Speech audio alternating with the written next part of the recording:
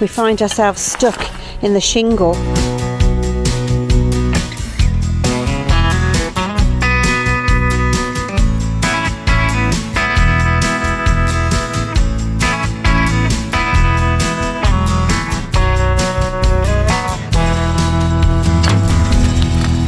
Which is not great really, but first time for everything.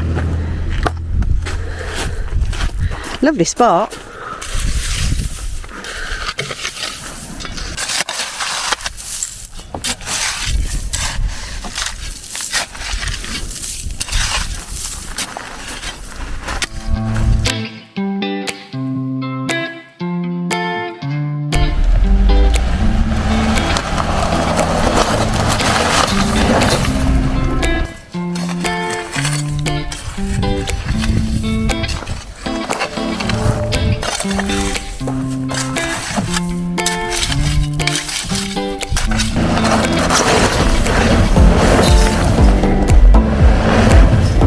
So eventually he managed to get us out.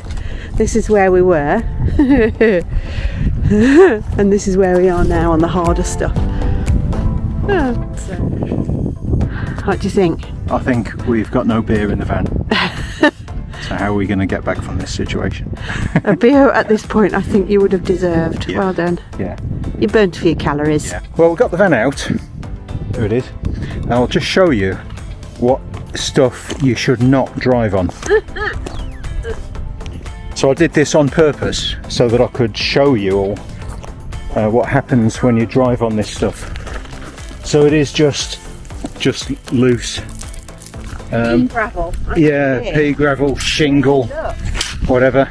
It looked Maybe you've made a right mess of this place. It looked pretty good down here on these rocks, and there are marks from lots of other vehicles that have parked here, but clearly they are not 4.2 tons and two-wheel drive. Yeah, so little lesson learned, but it took us what, 20 minutes? I think probably 20 minutes of digging and fretting. We're going to park just over here instead, so not right on the ocean side, but in a much safer spot.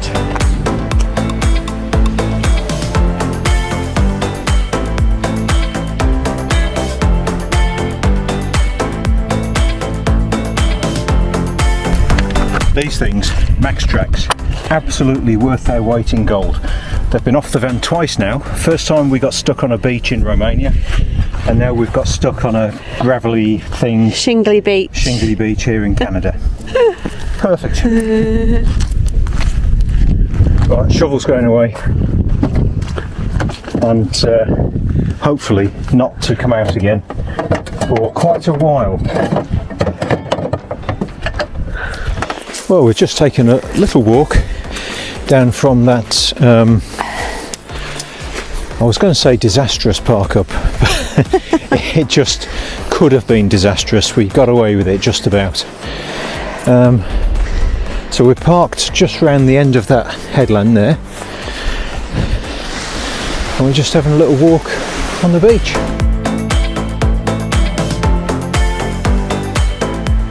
It's a beautiful area though. This is the very southern tip of Cape Breton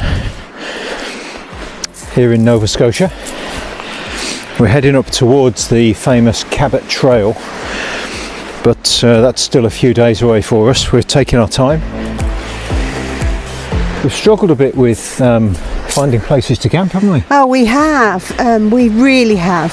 So we use iOverlander for these sites, but so many of them have been closed. The first one we found on here had got concrete blocks across it, so that was, you couldn't go down that road. The second one had got a rope chain, you know, sort of locked up, so they couldn't get onto that one. It's such a vast place, Canada, though. I think that to provide the sort of level of provision that countries like Sweden are able to would just be such a massive undertaking for people here that they're just not, it's just not going to be feasible at all to do that. Yeah.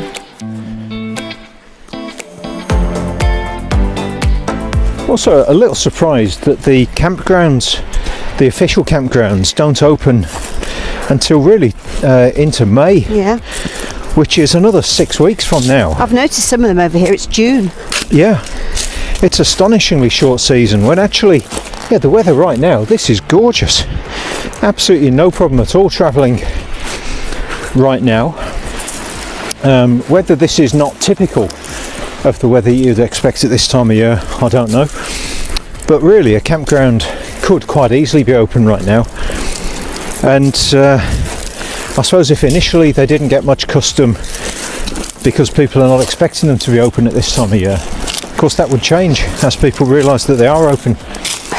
So I reckon that would be a worthwhile investment. Get your campgrounds open early, encourage people in, and you get a lot more tourism, a lot more traffic. It's not just the campgrounds though, is it? So No. it's the businesses, so anything that's associated. Yeah, so they go things like hand in hand, don't they? museums, Yeah. and restaurants, cafes, bars, whatever really. Yeah.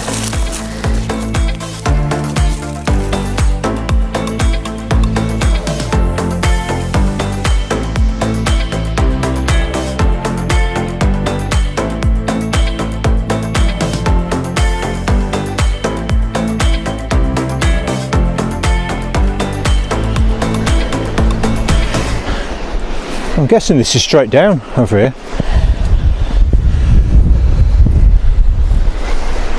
Ooh. Yeah. Don't get too close to that edge, it looks like it's undercut. Oh shit. Stick to the path.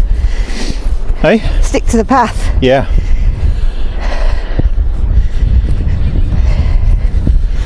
And then watch yourself there as well. Yeah. Look at it. Oh my god, don't go any closer. I'm not going any closer. I'm going to put the camera over the edge. Yeah. So you can see what's over there, but I'm not going any closer to the edge on here. What a cool spot though. Yeah. Feels like we're on the end of the world here. Woo!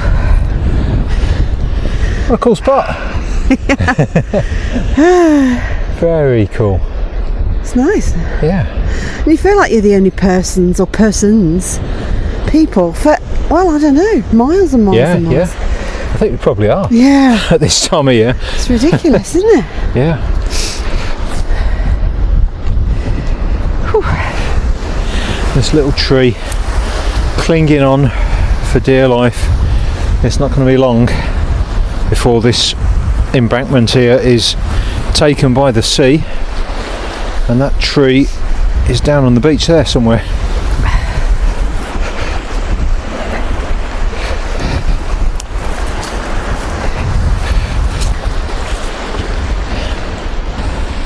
Something out there. Where are you looking?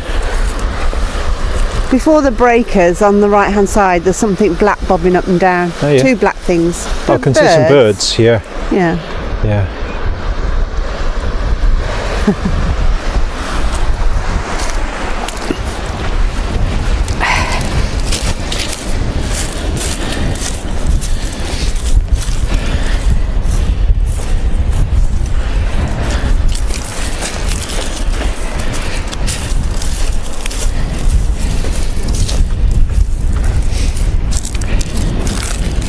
The speed that snow came in last night. Yes. It was such a stunning morning, wasn't it? Yes. Warm, bright sunshine, clear blue skies. And about 5 o'clock the clouds began coming in, and then by 6 there was you could almost call it a blizzard by British standards. Oh yes, it was so windy. Yeah. God. Yeah, proper wind. Yeah. And the van was a little bit battered by the wind into the night. Yep. But that stopped, and we had another lovely morning today. Yeah.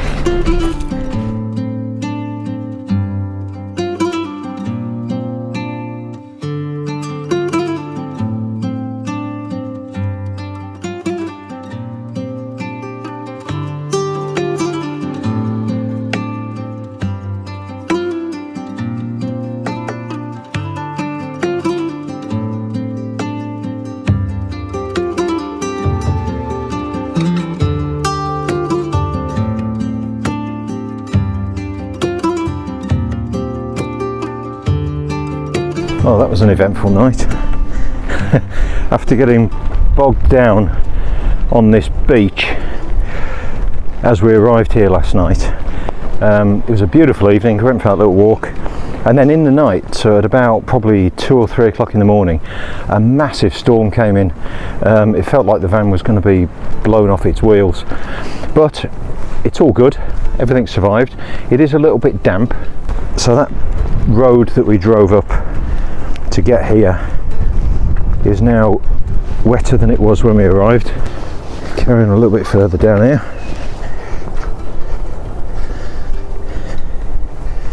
Yeah, that's just a big puddle. And onwards, yeah. I don't think that's going to be any problem at all.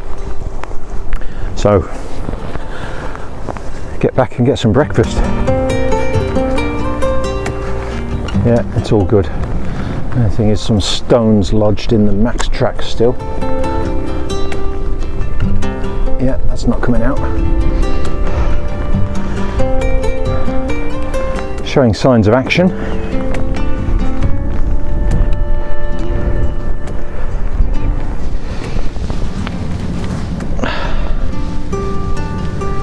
It's all fine, really. Who was it who said, make sure you do one thing each day that scares you a little bit? So what do you think of camping here for the night? Place you'd choose to stop?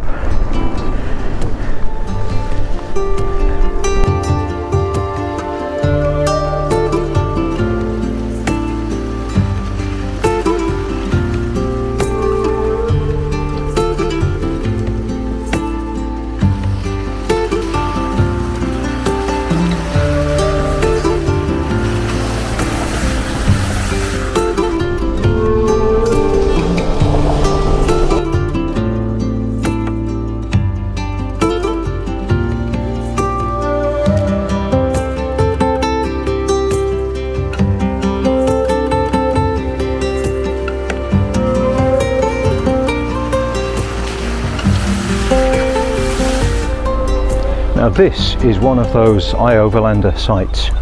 You see there's loads of space there for parking your van.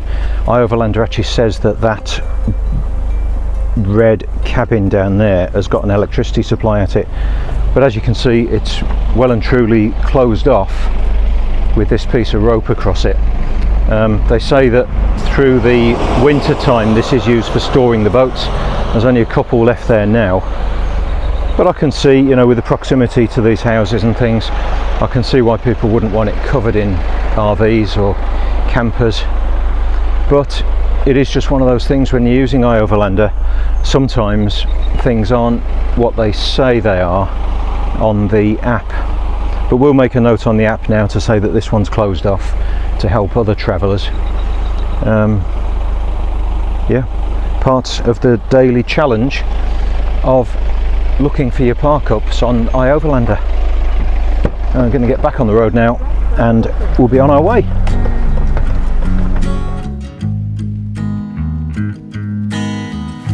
Excellent source of water.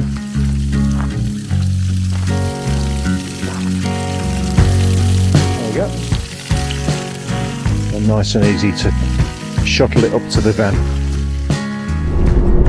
Well, this is the causeway that connects the island we were on last night back to the main island of Cape Breton, and you'll see there is a bridge as well, and it must be one of those lifty uppy or twisty bridges or something, because it's got traffic lights and the barriers. Oh right, so it lifts up if a big boat wants to get through.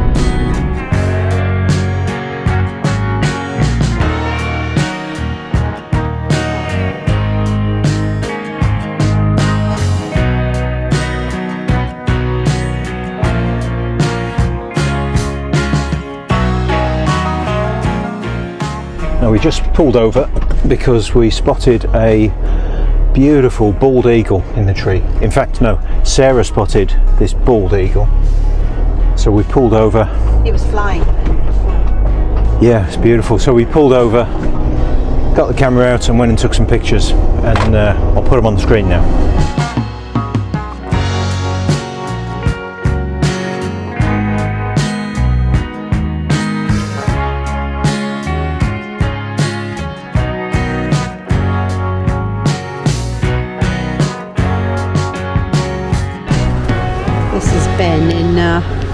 Canadian Tire started to develop quite an attraction towards this place.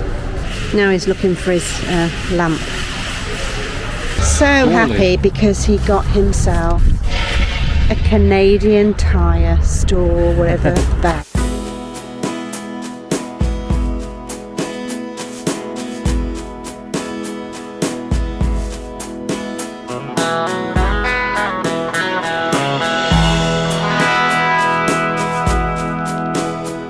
It's a big straight empty road, isn't it? It certainly is.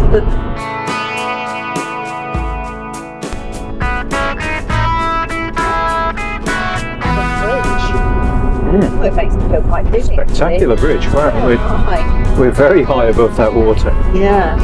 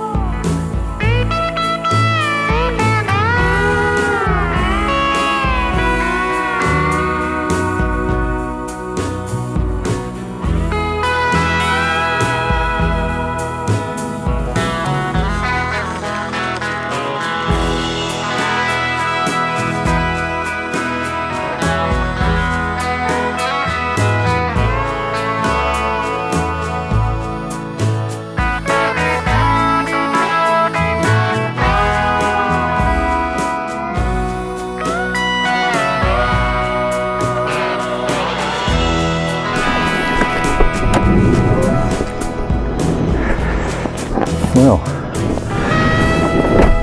this is a bit of a turn up for the books. Wasn't expecting 6 inches of snow overnight after that fabulous day yesterday. Beautiful sunshine we had yesterday. There's a few things we need to do this morning.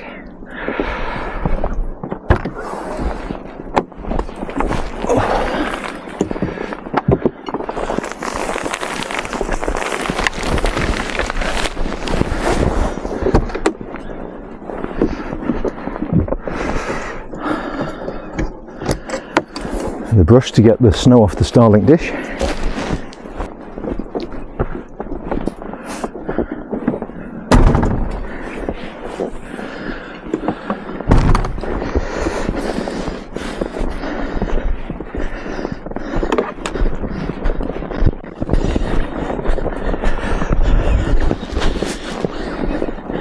Right, let's go and get the snow off the roof so we can use the Starlink. Look at that.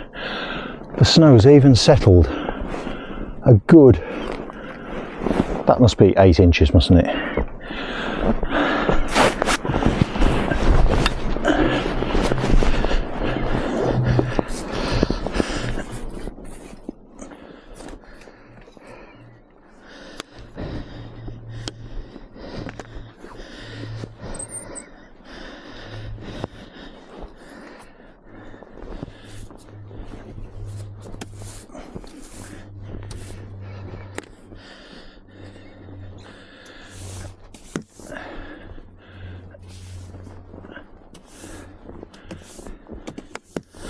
There we go. Now the Starlink's heating is on, but I only turned it on this morning, so there's already 6 inches of snow on it.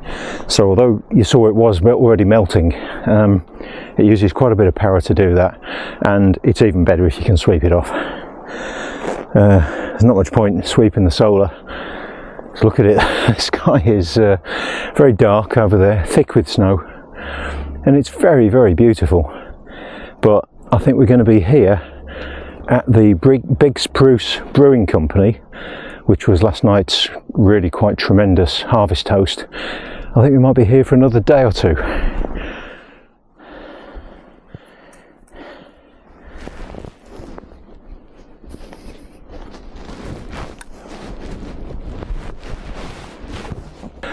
I'll get some snow off the screen as well. We're not driving anywhere today, but I'll do this just so the screen isn't so cold, so we don't get condensation building up on the inside.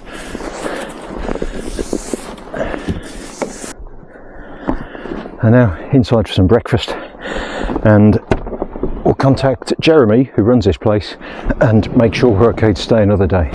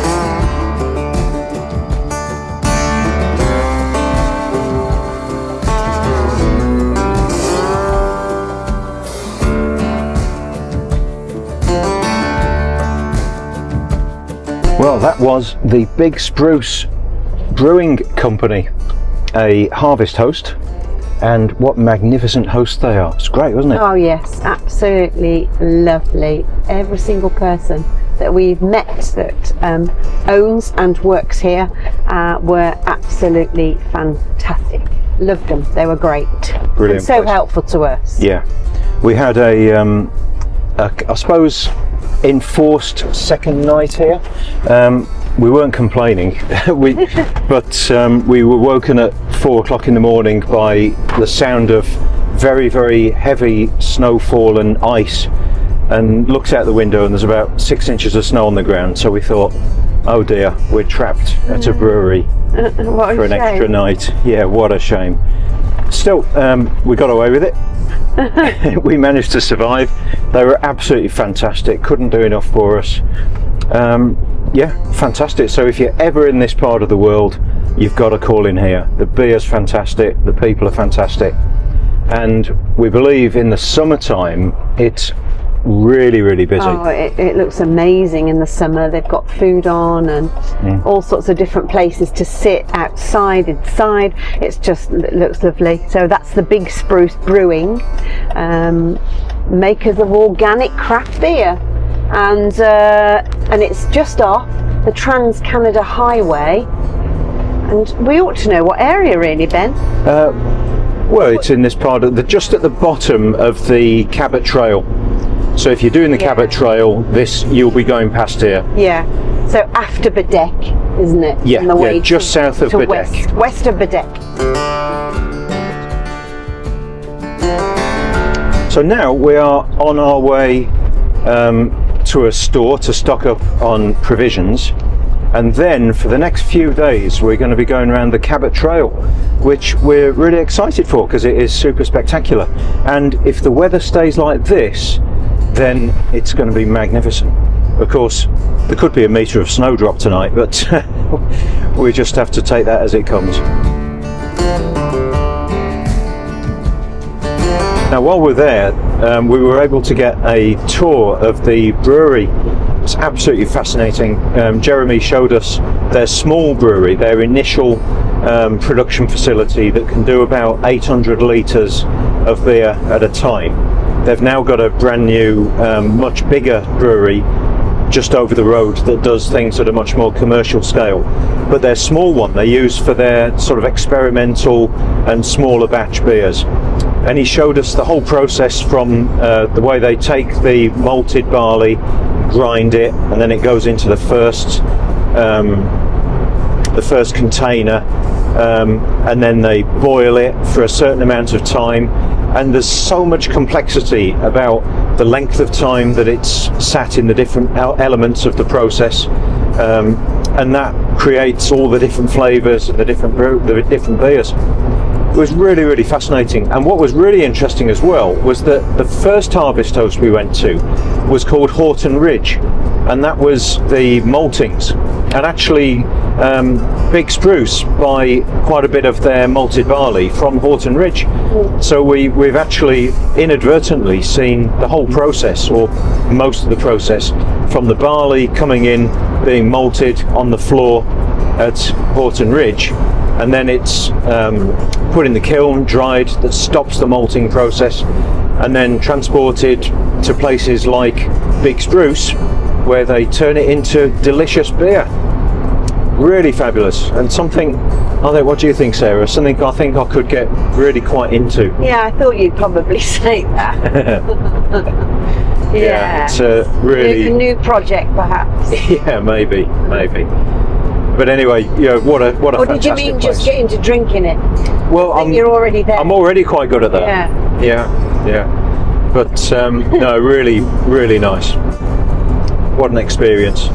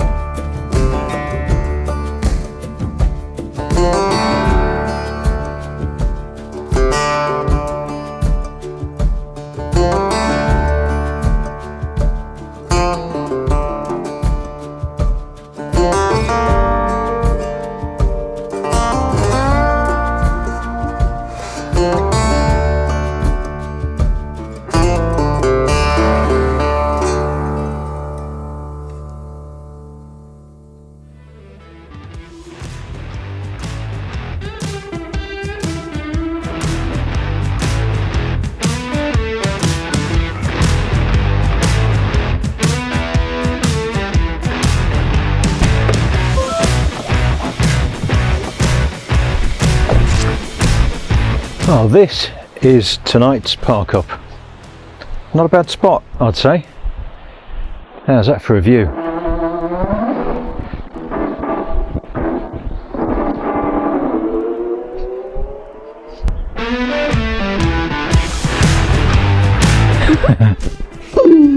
What a beautiful spot. Gorgeous. Well, we're going to leave this video here for this week. Don't forget to like and subscribe. It really means the world to us. Fabulous. And join us next week when we're exploring the Cabot Trail.